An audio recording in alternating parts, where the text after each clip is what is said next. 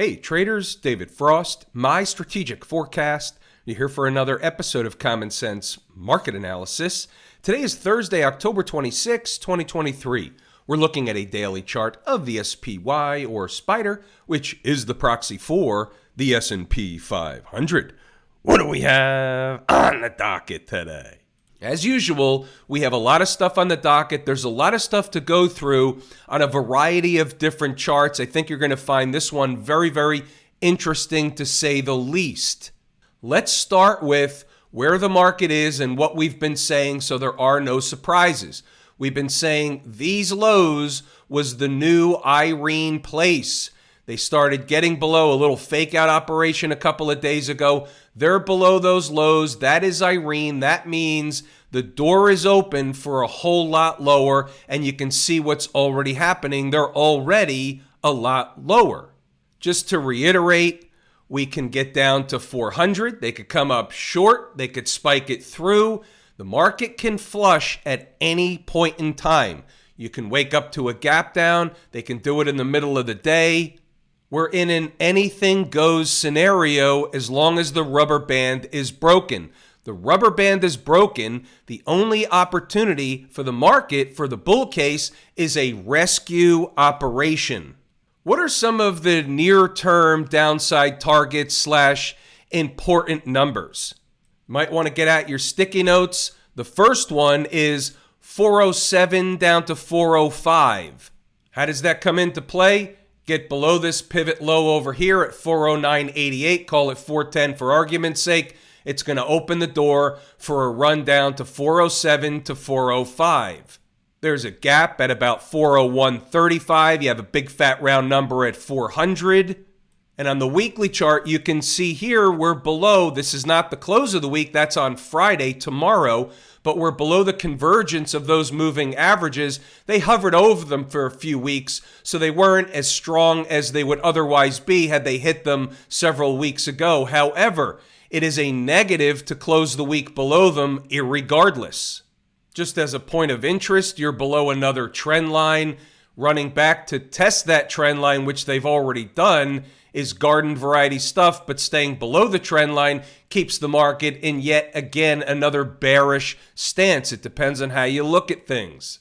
They all point to the same thing.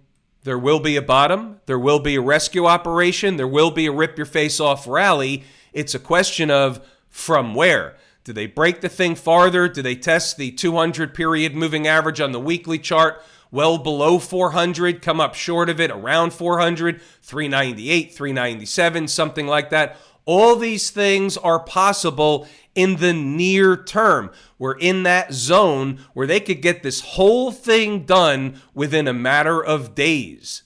The window is open. The rubber band has snapped. Check out the monthly chart. The monthly 20-period moving average is right around 411.5. You're going to find that number very interesting in a little while. Keep in mind, back to the weekly, we're the umpire calling balls and strikes. Now, even though they're below a trend line here on the weekly chart using this pivot low and then this one over here from middle of March, you also have something else. You have to look at both sides of the coin. You have a low. You also have a higher low. They can still come down in this area, test 400, a little below 400, around the moving average, and still be in a higher low situation. There will be another rally, mark my words. You just have to pick your spots. Still yet on the weekly chart, we talked about it a couple of times this week, one more time to boot. You are in this week / next week, an on time type of situation.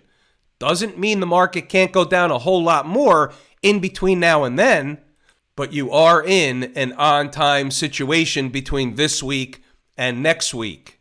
Anybody make money today inside the numbers? I know across the board, from a general market trader perspective, it's a tough tape to make money on. However, inside the number members, inside the number live room members, we're able to make some coin this morning. Let's go look at the numbers.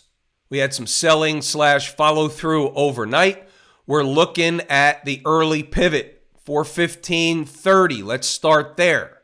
Below on candle closes, opens the door for the next number, next place down, 414.20. What you'll see later, and you can read the rest of this, pause the video, read the notes, go back to the chart and double check the work.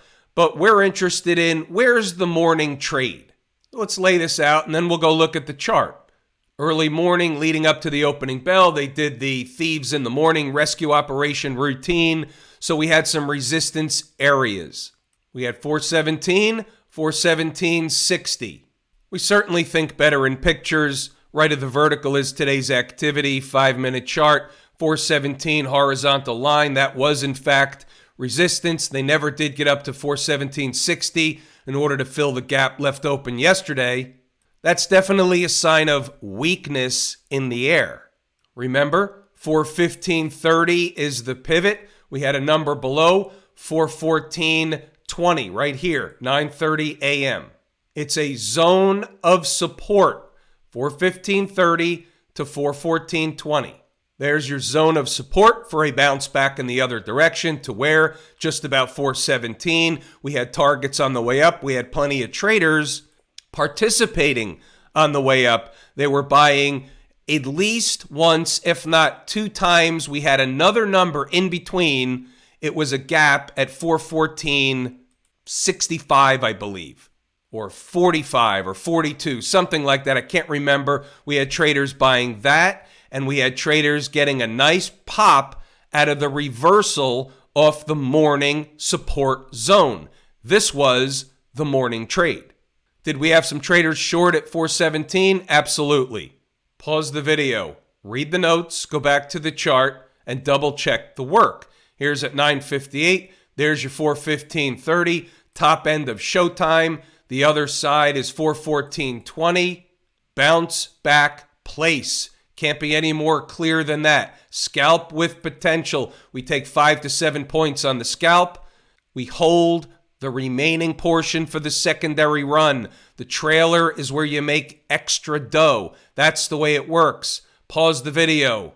Read them, double check them. By 10:50, nice trade. Holding a trailer is fine. 416.77 is now the pivot. Need I say more? You have the numbers on the upside, you have the numbers on the downside. We have entries, we have exits. We have process, we have mechanics. We have learning, we have teaching.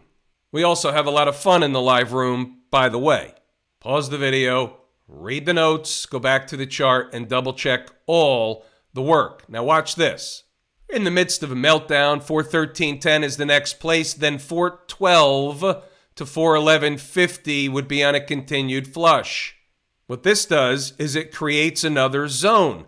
413.10 down to 412, maybe a spike of 412. What was 411.50? Do you remember? We looked at it on the monthly chart. It was the monthly 20-period moving average coinciding with a number that was important, having nothing to do with the monthly chart moving average. But now that it's there and you know it's there, you know it's extra important. There's your zone, the last one of the day. They hit it. They bounced all the way back up before retreating into the end of the day. We did have traders participate in this afternoon session. They emailed me, nice trade. About stocks on the move, we had Hasbro we'll take a look at. We'll look at Google L, Meta, and we'll look at SE as well. The other two didn't hit their entry objectives. They're off the board. We call them no trades. Hasbro opened below the first number. It opened below the second number. So they're off the board officially. As soon as a stock opens below a number, they're off the board. However, but wait, there's more. That was the third number. So officially, this was the only number on the board, 46.47. They hit it, they spiked it by a few pennies, and absolutely ripped it back in the other direction. The numbers work. So does the process, by the way. About Google L, there's today's number, 121.42. They hit it, they bounced, they gave you the deal. The numbers work. There's your numbers on Meta/Facebook. They spiked the first, hit the second, back to the first, hit the third, and then ripped it back up in the other direction. We had participation in this one in the live room also. Some traders wish they were holding the trailer. It doesn't cost you anything to hold a trailer. I know it's hard. I get it. But you have to train yourself to try and do it because you never know which ones are going to give you the rocket ride. You just don't let the remaining portion of the trade go bad on you. That's the rule. You take a profit, you take a base hit, and you see if you can hold for a secondary runner / push higher. About C Limited, SE. First number, open below. Guess what? It's off the board, doesn't exist. Second number, they play a game with it. They bounce. They come into it. They do the deal. They give you the rocket ride. Either way, the numbers work yet again. All day today. What's going on over in Camp IWM? They're hanging around the 164 area. We know what that is. If you're not familiar or you just showed up, that's the completion of a Head and Shoulders formation that just completed basically over the last several days. They're still hanging around. They push much below. The door's going to open for another leg lower. Remember, there's not a lot of stuff down here except a pivot low here, a pivot low here, which I believe is higher than this one. The next thing down is 158 and change. 160 is a big fat round number, but that's all it is, a big fat round number. In between, 100 period moving average monthly chart. In between the completion of the Head and Shoulders and the next number, even number, 160, 161, something like that. That's where that 100 period moving average is. It's interesting. This is a big time zone down here, but this is also a big time bearish wedge pattern that over time, not all at once, but over time has a lot lower to go. What about the folks down at the transportation department still getting taken out behind the woodshed? Every time they try to come around the front, they get slaughtered once again. You look at the weekly chart, where are they headed? The 200-week moving average. Sometimes they come up short, other times they spike them through. Seems to be a target. They're close. It becomes magnetic the closer they get. 13.5, give or take, in this neck of the woods. A spike below 13.5. There's your 200-week moving average. Just below that is a monthly 50-period moving average. Now, this will also be interesting. So watch the close of October. This is a big-time monthly chart breakup candle low. The low is 13,647 and change, 648. Closing the month, not the week, but the month, next week, below that place, while you may find support at the 50-month moving average and the weekly chart 200-period moving average, overall, from a larger picture perspective, that would be a negative development. By the way, back to the IWM for a moment. I forgot to mention before, it's worth mentioning, you did have some relative strength today against the S&P. Up 0.25% or 42 cents. It's still textbook relative strength. It's not all that much, and it doesn't have to mean anything directly, but it is of note. It is my favorite market leading indicator, so it is on the table as a puzzle piece. Transports got smoked. They're my second favorite market leading indicator, a number one canary in the coal mine, so it probably just cancels right out. About the Q people, they're still in the process of getting smoked. Smoked is a technical term. The 200-period moving average, last moving average in the line of defense. Price gets closer, big fat round number of 340. It's magnetic. This general area should, and I repeat, should bounce the tape. There's also a breakout area here. How does that work? Well, market runs up to here, slightly rejected, little bit of a shimmy. They gap up, break out, never came back to that spot. So between this and that 200-period moving average is bona fide chart support. What you have to watch out for is if they're at the 200-period moving average, you'll notice that if they crack it, there's a gap all the way down here, right around 331, give or take. Look at the weekly chart, do the same exercise, pick out this pivot high. That's a big-time place. Also, a breakout area. Market ran up, rejected, broke through, coming back to run a test. It's a little bit lower than the last one we looked at, but in this general area, there are a lot of reasons on a variety of different charts to find support, at least from a short-term perspective. Financials now making a bearish, flaggish kind of meager pattern down here. Tried to bounce a couple of times, can't do it, hovering around the recent lows. Nothing good here for the XLF.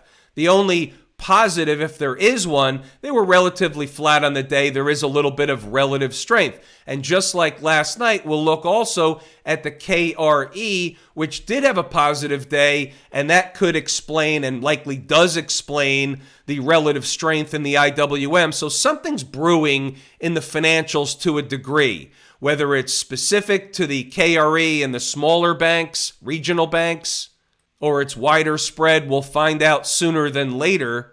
Could be a canary in the coal mine, but hasn't really impacted the larger picture of the overall index just yet.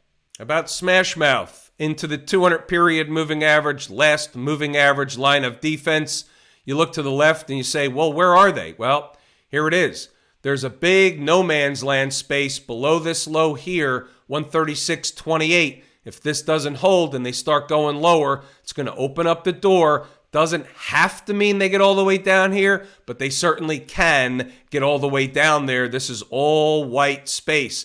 Last line of defense would be if they're going to find support up here without filling the gap, because we can consider this also a breakout area. Market runs up, rejected, gaps over it, comes back to test the breakout area. But if they're below this, look out below, because there's a gap down here.